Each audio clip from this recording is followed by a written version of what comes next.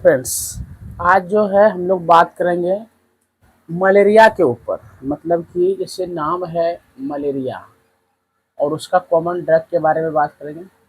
Malaria माल का मतलब होता है बैड, और इसमें है एरिया। इसका एरिया का मतलब होता है, माल का मतलब होता है बैड, एरिया का मतलब होता है बेड जोन। एरिया मतलब रिलेटेड टू एरिया, एरिया और सराउंडिंग मतलब जो घिरा हुआ चारों ओर का एरिया, मतलब वैसा एरिया, वैसा मतलब उस तरह का घिरा हुआ आवरण जिसमें कि आपका जो है बैड जोन को काफी ज्यादा जो है वहीं पे फैलता है मलेरिया। ये एक तरह से जो है बीमारी है। जो इसमें सबसे बड़ी कंफ्यूजन रहती है कि ये होता है मच्छर काटने से। नहीं, मच्छर से नहीं होती है। ये मलेरिया जो है एक तरह से प्लाज्मोडियम स्पीसीज है। जैसे बचपन में आप लोग पढ़ते थे अमीबा उत्पाद, वो जो होता है उसी स्पीसीज में आता है मलेरिया। मलेरिया जो कॉमन काउज जिसका है, कॉमन पॉजिटिव एजेंट है female Anopheles mosquito. Female Anopheles mosquito ये इसका कॉमन पॉजिटिव एजेंट होता है, फीमेल एनोफ्लीज मॉस्किटो। इसके कारण जो है हर पेशेंट में अलग अलग लक्षण देखने को मिलते हैं। और ये जो है एक तरह से इसको बोलते हैं हम लोग प्लाज्मोडियम पैरासाइट। ये प्लाज्मोडियम है, ना कि आपका जो है बैक्टीरिया, वायरस, ये किसी भी कैटेगरी का ना ही फंगल। ये है प्लाज्मोडियम पैरासाइट, तो बैक्टीरियल इन्फेक्शन नहीं है। इस प्लाज्मोडियम पैरासाइट को कैरी करता है फीमेल एनोफ्लीज मॉस्किटो। जब ये किसी व्यक्ति को बाइट करता है तो ब्लड के माध्यम से इसके दो होस्ट कम इसमें होते हैं।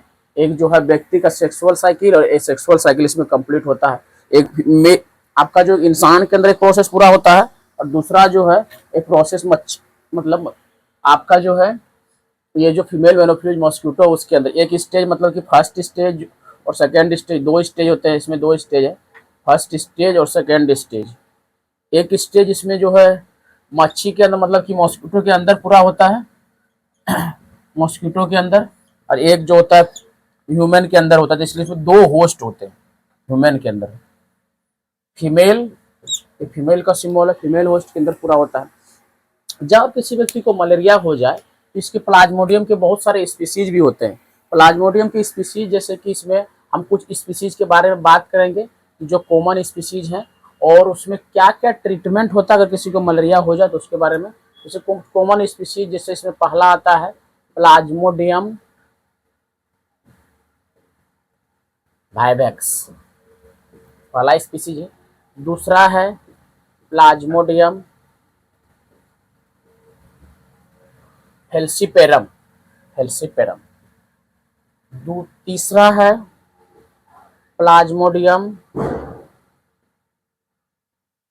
Oval, Plasmodium oval. चौथा है प्लाज्मोडियम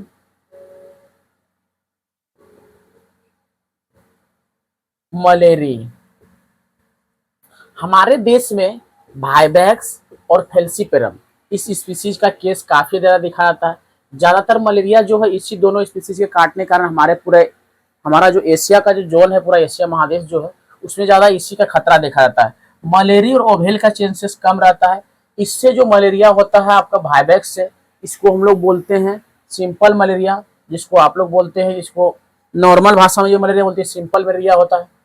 किसी को आता है मतलब ये बुखार आएगा तो 24 घंटा में आएगा, फिर भाग जाएगा, फिर ठीक हो सकता है। तो नॉर्मल मेडिसिन से क्लोरोक्विन, जितना भी क्विनोलोन डेरिवेटिव का दवा लीजिएगा ठीक हो जाएगी। लेकिन ये जो है फेल्सीपेरम, ये है एक तरह से जो है सेरिब्रल मलेरिया है, ब्रेन का मलेरिया है। इसमें बुखार जो है दिमाग के अंदर इंट्राक्रैनियल टेंशन बढ़ जाता है काफी ज्यादा, और इसका जो लाइफ साइकिल थोड़ा कॉम्प्लिकेटेड होता है। 24 आवर्स 48 72 आवर्स तक इसमें जो लाइफ साइकिल चलता है। तो मतलब व्यक्ति के बॉडी में जाने के बाद वहां जो ब्लड, जो हीमोग्लोबिन ब्लड में जाने के बाद, वो जो है हीमोग्लोबिन पे अटैक करने के बाद वो चीजें जो है फिर वहां से ब्लड को तोड़ के रप्चर करके आपके आरबीसी को रप्चर करके जब बैक्टीरिया जो आगे बढ़ता है तो उस केस में क्या होता है कि आपको बुखार आता है। जब उसमें जो इसमें जो होता है इन्फेक्टिव फॉर्म जो होता है मलेरिया का, इन्फेक्टिव फॉर्म उसको बोलते हैं स्पोरोजोआइट, स्पोरोजोआइट कहते हैं। ये स्पोरोजोआइट जो है बहुत सारे फॉर्म से गुजर के स्पोरोजोआइट बनता है। ये इन्फेक्टिव फॉर्म होता है। हमारे देश में फेल्सीपेरम मलेरिया जो होता है उसको हम लोग बोलते हैं सीरियस मलेरिया, मतलब कि सेरिब्रल मलेरिया, ब्रेन का बुखार भी कहते हैं, ये सेरिब्रल मलेरिया है। और ये वाइवैक्स जो है सिंपल है। बाकी ये दोनों केस ओवेल का और मलेरिया का हमारे देश में कम देखा जाता है। अब जो है हम देखेंगे कि इसमें अगर किसी व्यक्ति को इस तरह का वाइवैक्स का या फैल्सिपेरम का केस आता है, उसमें जो है मेडिसिन कौन कौन प्रयोग किए जाते हैं, कुछ मेडिसिन के बारे में बात करेंगे। कुछ कॉमन मेडिसिन जो है हम लोग प्रयोग करते हैं, जिसे अब इसलिए बोलते हैं इसको एंटी मलेरियल ड्रग। तो मलेरिया को ट्रीट करते हैं एंटी मलेरियल ड्रग।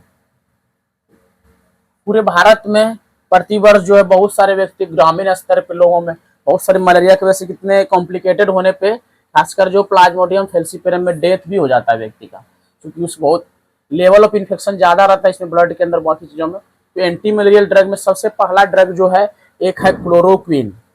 क्लोरोक्विन जो मेडिसिन आती है क्लोरोक्विन, ये है क्यूनोलॉन डेरिवेटिव, क्यूनोलॉन डेरिवेटिव बोलते हैं उसको। क्यूनोलॉन केमिकल होता है। क्लोरोक्विन मतलब ये क्यूनेन जो होता है बार्क से निकाला जाता है। क्यूनेन एक प्लांट होता है, उससे निकाला गया तो उसको सिंथेसाइज करके फिर लेबोरेटरी के अंदर इस दवा को बनाए थे। क्लोरोक्विन टैबलेट के फॉर्म में यूज होता है और जो है इंजेक्शन के फॉर्म में यूज होता है। क्यूनोलॉन डेरिवेटिव ये है। एक और दवा जो हम लोग चलाते हैं थोड़ा सा, उसको बोलते हैं कॉम्प्लिकेटेड मलेरिया, उसमें चलते हैं आर्टिसुनेट। आर्टिसुनेट मेडिसिन होती है, आर्टिसुनेट यूज करते हैं। आर्टिसुनेट का इंजेक्शंस भी आते हैं। ये सब कुछ कॉमन जो है आज के प्रोसेस में हम जो है कुछ कॉमन मेडिसिन के बारे में बात करेंगे।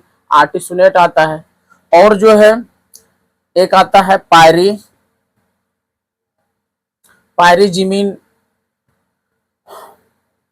पायरिजिनामाइड, ये जो मेडिसिन है आपका ये भी प्रयोग कर सकते हैं। तो ये सब कुछ कुछ दवा है। पायरिजिनामाइड ये भी प्रयोग होता है। बहुत इसमें जो अलग अलग फॉर्म जो है हम लोग यूज करते हैं, मतलब इसमें जो है ये आर्टिसुनेट का है, इसका अलग अलग बहुत सारे फॉर्म में यूज किए जाते हैं। जैसे आर्टिसुनेट ये नॉर्मल जो है टेबलेट के फॉर्म में यूज होता है। तो ये काम नहीं करते हैं तो 1 ग्राम जो है हम लोग इंजेक्शन भी चलाते हैं। इसमें बहुत तरह का जो है हम लोग यूज करते हैं मलेरिया के कंडीशन के अनुसार। तो आज जो है हम लोग विशेष नहीं, ज्यादा कुछ कम ही दवाओं के बारे में जाना है। धन्यवाद। कितना मिनट बोले?